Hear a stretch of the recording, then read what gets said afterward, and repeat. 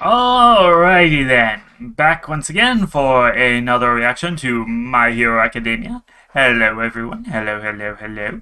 Yeah, so last time we just had a bunch of fighting, bunch of recap, bunch of stuff, nothing too special. Makia has collected a bunch of people and is heading towards the city. Momo and her group are going to try and stop him, and I'm expecting them to fail miserably. Midnight just, like, probably should have died already, frankly, um, from what happened to her. I guess maybe she could have, like, slowed herself down on some branches or something, but, like, didn't look like she was doing that. Anyway, yeah, and Shigaraki's just still fucking shit up, still trying to get Deku's quirk. That's pretty much it. Yeah, yeah, not much else to it at this point. It's just everything's fucked and we're trying to unfuck it. uh, yeah. All right, so let's how do we do this? Let's get into it. Okay, so switch over, and we get started in 3, 2, 1, and play.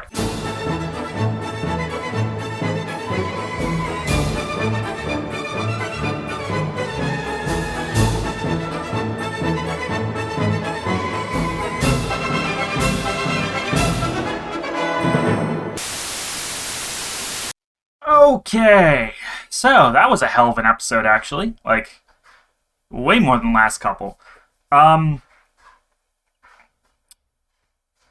So, first of all, we got the return of a music track that I didn't think we'd get to hear ever again, honestly. Like, I was really starting to doubt it, but fucking You Say Run came back! Holy shit! Like, goddamn. Fuck yeah. Best musical track in the entire show, basically. Well, one of the best. I mean, All Might with UA students, the soundtrack for him for All Might versus All for One, as well as Deku versus Kacchan Part 2, like that track is also really fucking great. So, there's some competition for the top track, but You Say Run is up there, and this is the first time we have heard it since fuck, I want to say season 2. Like, in the actual show. We've heard it in the movies, of course, but, like, in terms of the actual show, I don't think we've heard it since season 2. And what a return. It was almost triumphant. Almost is the key word there. But, yeah. Man, this got crazy.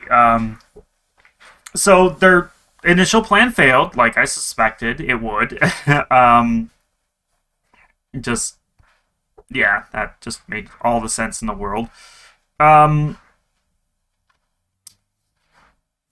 getting it into his mouth. I mean, I feel like they shouldn't have, like, tried trapping him like that. I mean, I know he's very fast, but, like, I feel like their best move would have been to latch onto him and climb around on his back, defeat the League first, then get stuff in his mouth. Because, like, he was roaring up a storm when he was just charging around. So, like, that would have probably been their best bet. But hey, that's just me. My thoughts. Tactically speaking. So yeah, initial plan failed. Forest, the setting the whole forest on fire thing, that was pretty fucking cool. Nice little combo of powers there. And then, actually, yeah, Compress also got to show off a little bit of power. Like, I didn't know that was a thing he could do. I didn't know he could, like, shoot the little marbles out of his fingers. That's, hey. You know what? that also makes sense and is something that he should probably look into doing even more with.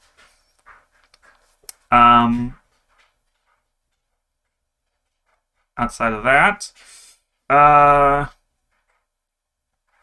yeah, I can't believe I forgot about Mina confronting Gigantomachia in the past. Like that, it's one of those things where like, yeah, it just entirely slipped my mind up until that moment. It's such a cool thing to bring back and to, I mean, it wasn't what made them fail in the end, but like it certainly was a hitch in the plan, and that kind of sucks. But yeah, then Kirishima comes in and gets to be the badass. Fucking hell, I love it. I love Kirishima's power. I do. Ever since the premiere of Unbreakable, like Red Riot Unbreakable, not the movie Unbreakable with, what was it, fucking Bruce Willis, I think. I don't know. That was actually a good movie for an M. Night Shyamalan film, and for being as old as it was, like it was a pretty decent film actually. Split, I thought Split was entertaining. I don't know if it was a good movie. Glass most certainly was not. Anyway, Red Riot Unbreakable was like ever since that premiered, I've just been very much enjoying Kirishima as a character, and like, yeah, the more they can do with him, the better, in my opinion. So yeah, that was really cool. They got me hyped up for just a moment there. I was so happy. I was grinning. Didn't last though. And yeah, Gigantomachia like mutating like that really made me like think about something that I don't know if I've mentioned before or thought about before, but like in the flashbacks that we've seen through the One for All like ghosts and whatnot, like we've gotten to see All for One transferring a quirk, and I have to wonder if that wasn't Gigantomachia. Like, I don't know how old he is or whatnot, but like if he's All for One's most trusted comrade and bodyguard, like he has to have been around for quite a while. So yeah, it would be pretty crazy, but I half suspect it. If it's not him, then it might just be that quirk has been continuously transferred around by All for One to whoever he needs it to be. Something like that. But yeah, it's just a remarkably similar looking thing going on. So yeah, and yeah, they failed to stop him, just utterly. So that sucks. But yeah. On the other side of that, though, whatever's going on with Shigaraki, I don't know what the cracks are about. I don't know. I don't know if it's like a consequence of him not being fully finished. Maybe his body is just breaking down, or maybe it's just a side effect of him overexerting himself. I don't know. But it's getting worse, and it's not pretty. Not that he was ever all that pretty, but hey. And yeah, quirk destroying bullets. I thought for sure he like the thing on his hand was for him to shoot with. Like I thought for sure that was like a little gun attachment that he would put the quirk bullets in and shoot them, but I guess not. I mean, I guess he doesn't need to if he can just flick it with the speed of a bullet, but whatever. I mean, possibilities. Aizawa loses his quirk just forever. That's a possibility. He temporarily loses his quirk, like Mirio, and later on, maybe Eri brings it back. I don't know. Maybe he's just wearing enough layers that the needle doesn't go through? Maybe? Possibility? Who knows? I don't know. I don't know. Uh, but yeah, I mean, Deku used 100% there. At least he said he did. And his arm did not look broken yet. So, like, can he more or less handle it right now? Because that would be insane, actually, if he could do that. I mean, obviously he wouldn't be able to handle it for very long, but like it still would be pretty crazy. Um, right. No, the biggest thing though, I don't know if I've ever even thought about this as a possibility, but like, were they seriously implying that Gran Torino and Shimura were a couple? Like, I guess that might have crossed my mind a couple of times, but like the implications of that then are that Gran Torino might be Shigaraki's grandfather. And that's not something I've ever thought about. Um the fuck is all I can say to that.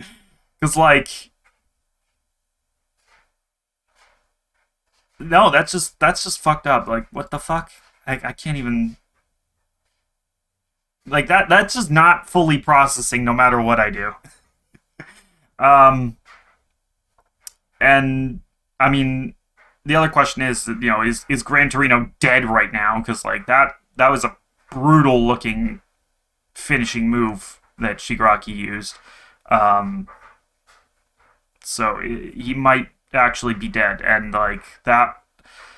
Hey, that's not something I expected. I don't know how to process that, but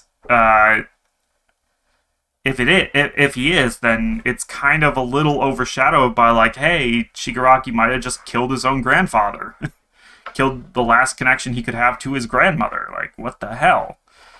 I mean, he killed the rest of his family, but what the fuck? Just so much what the fuck right there. So, yeah, that's all very much just shit's fucked. Anything else at all with this? Because I feel like that's kind of it. And the Class 1A, Class 1B, like, team up didn't work out. Gigantomachia overcame them. The League, I don't know what the League are doing at the moment, but, like, I guess they were still in his hand. That all happened very fast. So, like, yeah, I guess they're still in his hand while he's undergoing the freaking, like, extra Hulk out moment. Also, they said he was like, what, 23 meters? How big is that, actually, now that I think about it? Like, I'm trying to think. I mean, okay. Forgive my, like, Americanness here, but, like, a meter is about a yard, which is about 3 feet, which would put him at about 70 feet tall. One story is maybe... It's usually between, like... I don't know, like... 8 to 12 feet tall, I guess, is the usual size for one floor. So, if we assume about 10, then he's about 7 stories tall? That doesn't make any goddamn sense. Like, he looks huge compared to that. Like, 7 stories. I mean, although actually, yeah, now that I think about it, building where my friend lives is only like 7 or 8 stories tall, and it's pretty tall actually. So yeah, I guess that works out. I guess that works out. Plus, the mansion was only like 3 stories tall. So yeah, yeah. Damn. Sizes are weird, actually. Like, it's so hard to judge scale. Like, when you actually put it into numbers, it's so hard to judge scale. Maybe that's why Americans like to compare things to football fields. It's just something that so many of us are familiar with.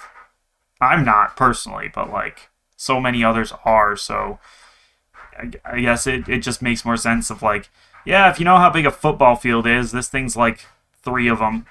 And it's just like, yeah, that's pretty darn fucking big. I mean, for me, yeah, looking at it as Gigantomachia is 7 stories tall, the size of a 7-story building, like, that's way more helpful than saying he's 23 meters. I